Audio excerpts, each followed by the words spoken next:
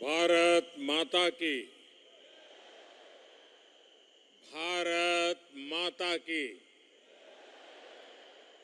भारत माता की। गोवा के राज्यपाल श्रीमान पीएस श्रीधरन पिल्लई जी, यहाँ के लोकप्रिय और युवा ऊर्जावान मुख्यमंत्री प्रमोद सावंत जी, खेल मंत्री अनुराग ठाकुर, केंद्रीय मंत्रिमंडल के मेरे अन्य साथी, मंच पर विराजमान अन्य जनप्रतिनिधिगण, भारतीय ओलंपिक संघ की अध्यक्षा बहन पीटी उषा जी, देश के कोने कोने से आए हुए सभी मेरे खिलाड़ी साथी, सपोर्टिंग स्टाफ, अन्य पदाधिकारी और नौजवान दोस्तों, भारतीय खेल के महाकुंभ का महासफर आज गोवा आ पहुंचा है। हर तरफ रंग है, तरंग है, रोमांच है, रवानगी है।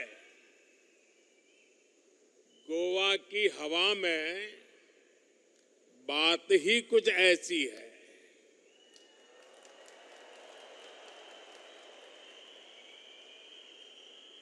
आप सभी को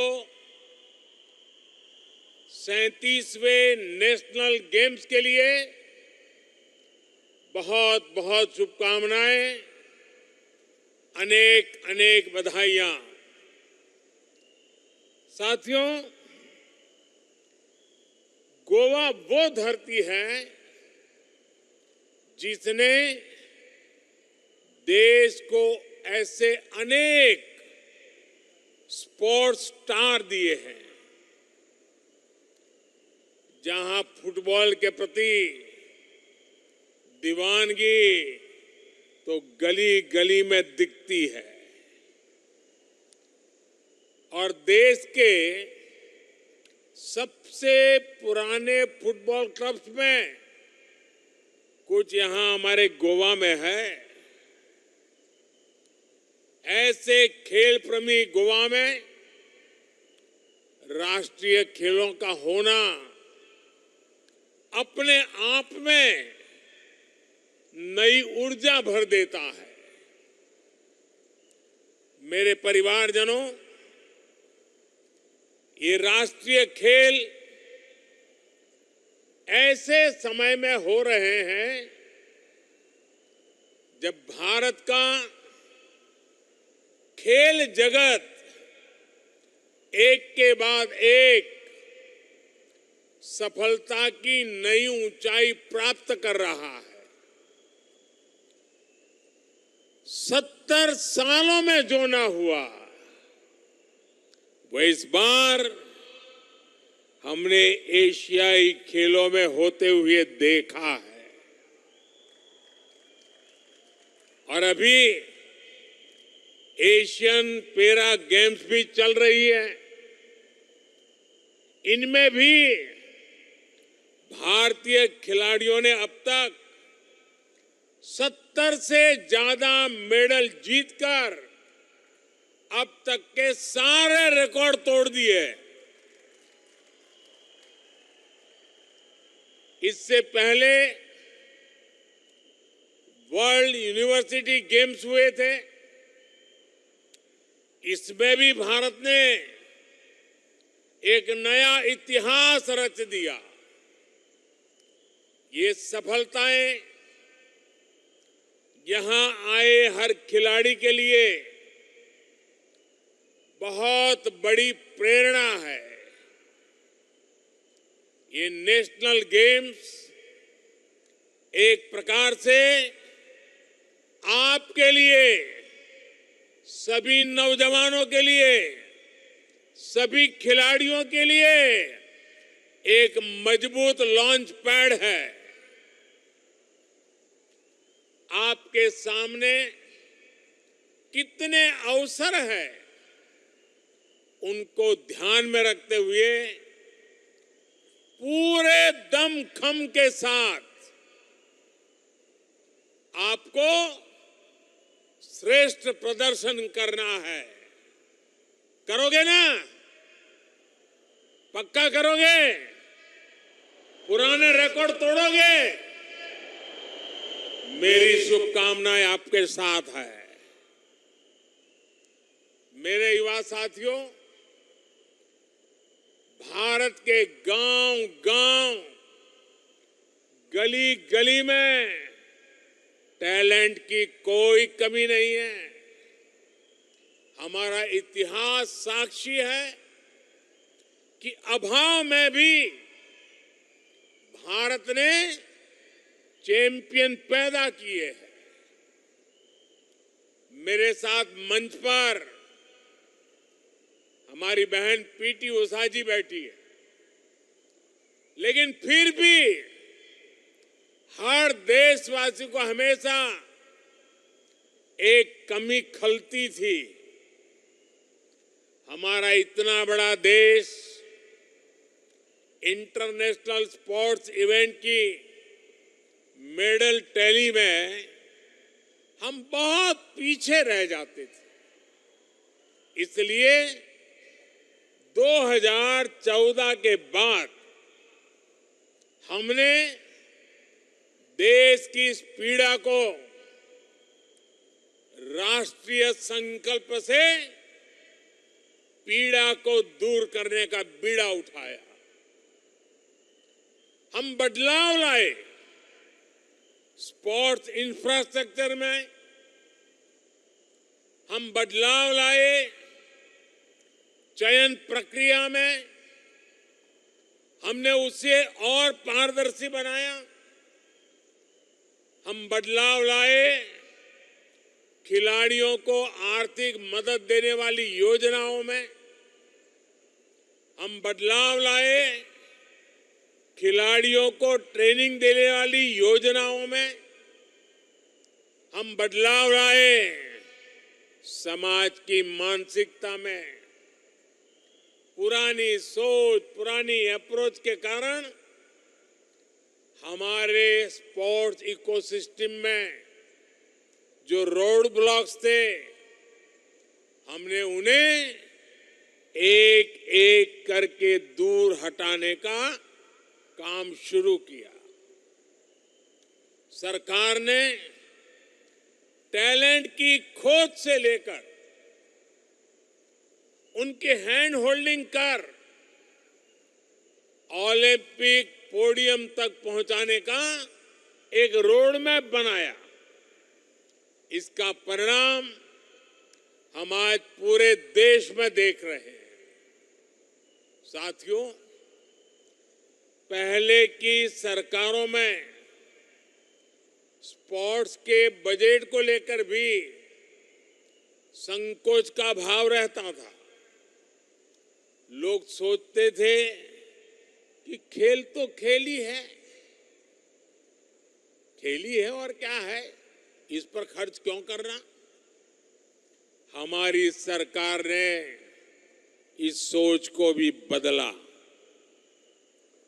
हमने स्पोर्ट्स का बजट बढ़ाया। इस वर्ष का सेंट्रल स्पोर्ट्स बजट 9 वर्ष पहले की तुलना में 3 गुना अधिक है। सरकार ने खेलो इंडिया से लेकर टॉप स्कीम तक देश में खिलाड़ियों को आगे बढ़ाने के लिए एक नया इकोसिस्टम बनाया है। इन योजनाओं के तहत देश भर से स्कूल, कॉलेज, यूनिवर्सिटी स्तर से आप जैसे प्रतिभाशाली खिलाड़ियों की पहचान की जा रही है। उनकी ट्रेनिंग, उनकी डाइट, उनके दूसरे खर्चों पर सरकार बहुत पैसा खर्च कर रही है। टॉप्स यानी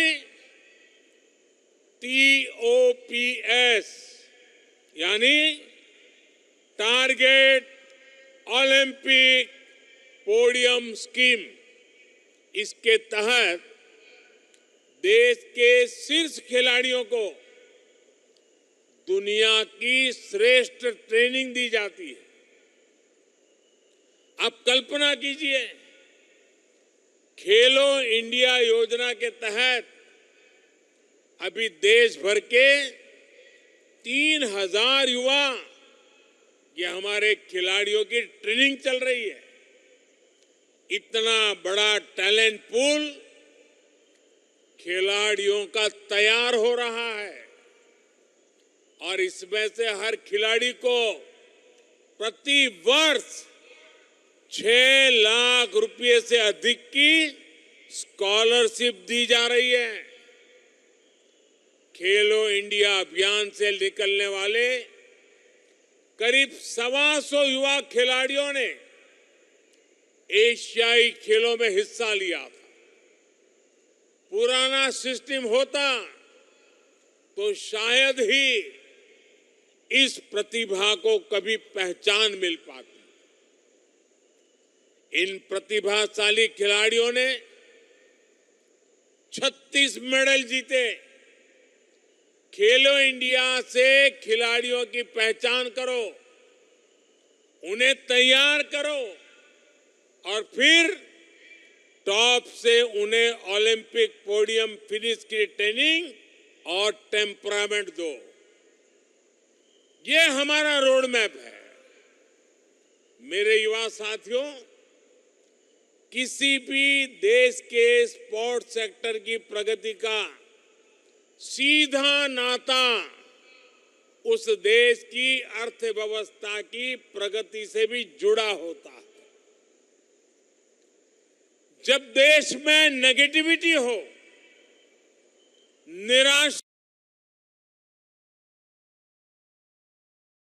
हो, नकारात्मकता हो, तो मैदान पर भी, जीवन के हर क्षेत्र पर भी इसका बहुत बुरा असर दिखता है। भारत की ये सक्सेसफुल स्पोर्ट्स स्टोरी भारत की ओवरऑल सक्सेस स्टोरी से अलग नहीं है। भारत आज हर सेक्टर में आगे बढ़ रहा है, नए रिकॉर्ड बना रहा है।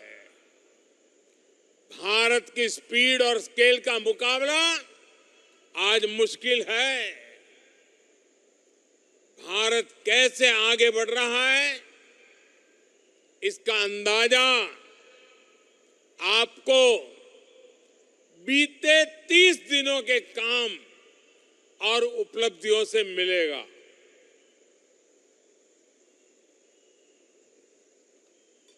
साथियों, मैं आपका ज्यादा समय नहीं ले रहा हूं। आप कल्पना कीजिए, आपका उज्जवल भविष्य कैसे तैयार की जा रहा है। मेरे नौजवान, गौर से सुनिए। सिर्फ 30 दिन के मैं काम बताता हूं आपको। पिछले 30-35 दिन में क्या हुआ है, और आपको लगेगा अगर इस स्पीड और स्केल से देश आगे बढ़ रहा है तो आपके उज्जवल भविष्य की मोदी की गारंटी पक्की है।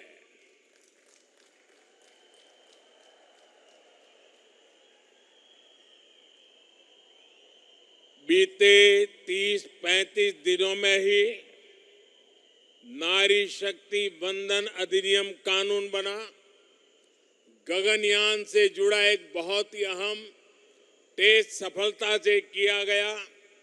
भारत को अपनी पहली रीजनल रैपिड रेल नमो भारत मिली। बेंगलुरु मेट्रो सेवा का विस्तार हुआ। जम्मू कश्मीर की पहली विस्टाडोम ट्रेन सेवा की शुरुआत हुई। इन्हीं 30 दिनों में दिल्ली वडोदरा एक्सप्रेस वे का उद्घाटन हुआ। भारत में G20 देशों के सांसदों और स्पीकर्स का सम्मेलन हुआ। भारत में ग्लोबल मैरीटाइम समिट हुई। इसमें 6 लाख करोड़ रुपए के समझौते हुए। इजरायल से भारतीयों की वापसी के लिए ऑपरेशन अजय शुरू किया गया। 40 साल बाद भारत और श्रीलंका के बीच फेरी सर्विस शुरू हुई। यूरोप को पीछे छोड़ते हुए भारत 5G यूजर बेस के मामले में दुनिया के टॉप 3 देशों में पहुंचा। एप्पल के बाद गूगल ने भी मेड इन इंडिया स्मार्टफोन बनाने का ऐलान किया। हमारे देश ने अन्न और फल सब्जी उत्पादन का नया रिकॉर्ड बनाया। साथियों,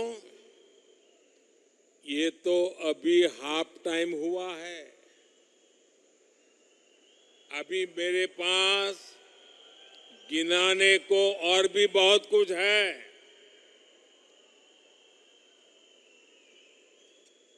आज ही मैंने महाराष्ट्र में नलवंडे डैम पर भूमि पूजन किया है, जो 50 साल से अटका हुआ था।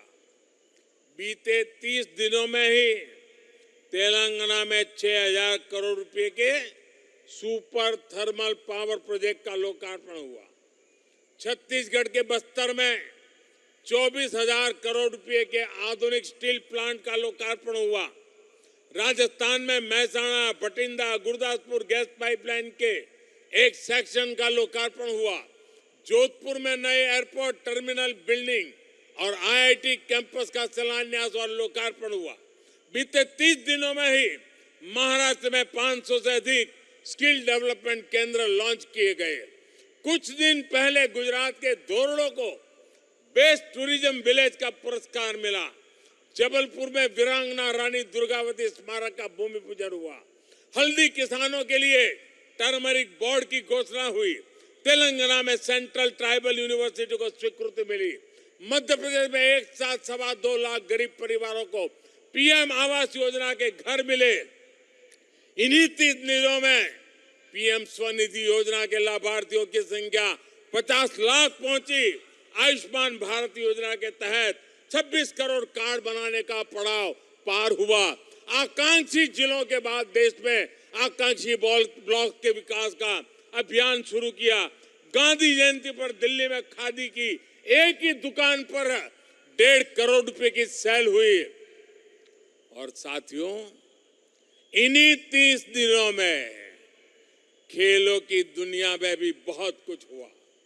भारत ने एशियाई खेलों में 100 से ज्यादा मेडल जीते। 40 साल बाद भारत में इंटरनेशनल ओलंपिक कमेटी का सेशन हुआ। उत्तराखंड को हॉकी, एस्ट्रो टर्फ और वेलोड्रोम स्टेडियम मिला। वाराणसी में आधुनिक क्रिकेट स्टेडियम पर काम शुरू हुआ। ग्वालियर को अटल बिहारी वाजपेयी दिव्यांग स्पोर्ट्स सेंटर मिला। और यहाँ गोवा में ये नेशनल गेम्स भी तो हो रहे हैं। सिर्फ 30 दिन के, मेरे नौजवान सोचिए, सिर्फ 30 दिन के कार्यों की एक लिस्ट बहुत लंबी है। मैंने आपको बस एक छोटी सी झलक दिखाई है। आज देश के हर सेक्टर में, देश के हर हिस्से में अभूतपूर्व तेजी से काम हो रहा है। हर कोई विकसित भारत के निर्माण में जुटा है। साथियों, ये जितने भी काम हो रहे हैं, इनके मूल में मेरे देश का युवा है, मेरा भारत का युवा है। आज भारत का युवा अभूतपूर्व आत्मविश्वास से भरा हुआ है। भारत के युवा के इसी आत्मविश्वास को राष्ट्रीय संकल्पों से जोड़ने के लिए हाल में एक और बड़ा काम हुआ है। मेरा युवा भारत यहां आपने बोर्ड देखे हैं सब जगह पे, मेरा युवा भारत यानी माय भारत। माय भारत नाम से एक नया प्लेटफॉर्म को स्वीकृति दी गई है।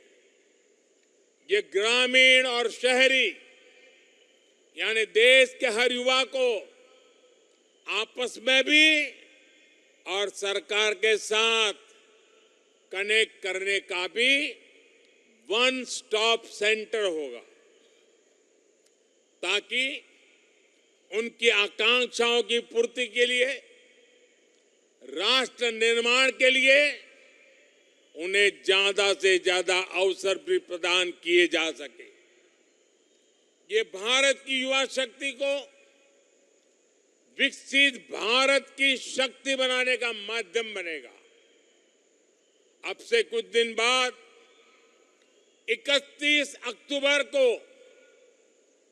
एकता दिवस पर मैं माय भारत अभियान की शुरुआत करने जा रहा हूं और देशवासियों को मालूम है 31 अक्टूबर को सरदार वल्लभ भाई पटेल की जन्म जयंती पर हम देश भर में रन फॉर यूनिटी का बहुत बड़ा कार्यक्रम करते हैं। मैं चाहूंगा गोवा में भी और देश के हर कोने में 31 अक्टूबर को देश की एकता के लिए रन फॉर यूनिटी का शानदार कार्यक्रम भी होना चाहिए। आप सब भी इस अभियान से जरूर जुड़िएगा। साथियों, आज जब भारत के संकल्प और प्रयास दोनों इतने विराट है, तब भारत की आकांक्षाओं का बुलंद होना भी बहुत स्वाभाविक है। इसलिए ही आईओसी के शासन के दौरान मैंने 140 करोड़ भारतीयों की आकांक्षा को सामने रखा है।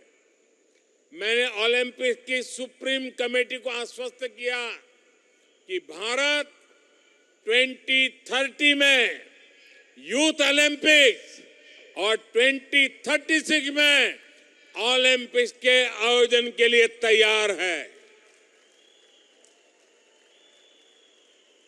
साथियों, ओलंपिक्स के आयोजन के लिए हमारी आकांक्षा सिर्फ भावनाओं तक सीमित नहीं है, बल्कि इसके पीछे कुछ ठोस कारण है। 2036 यानी आज से करीब 13 साल बाद भारत दुनिया की अग्रणी आर्थिक ताकतों में से एक होगा। उस समय तक आज के मुकाबले हर भारतीय की आय कई गुना अधिक होगी। तब तक भारत में एक बहुत बड़ा मिडिल क्लास होगा। स्पोर्ट्स से लेकर स्पेस तक भारत का तिरंगा और शान से लहरा रहा होगा।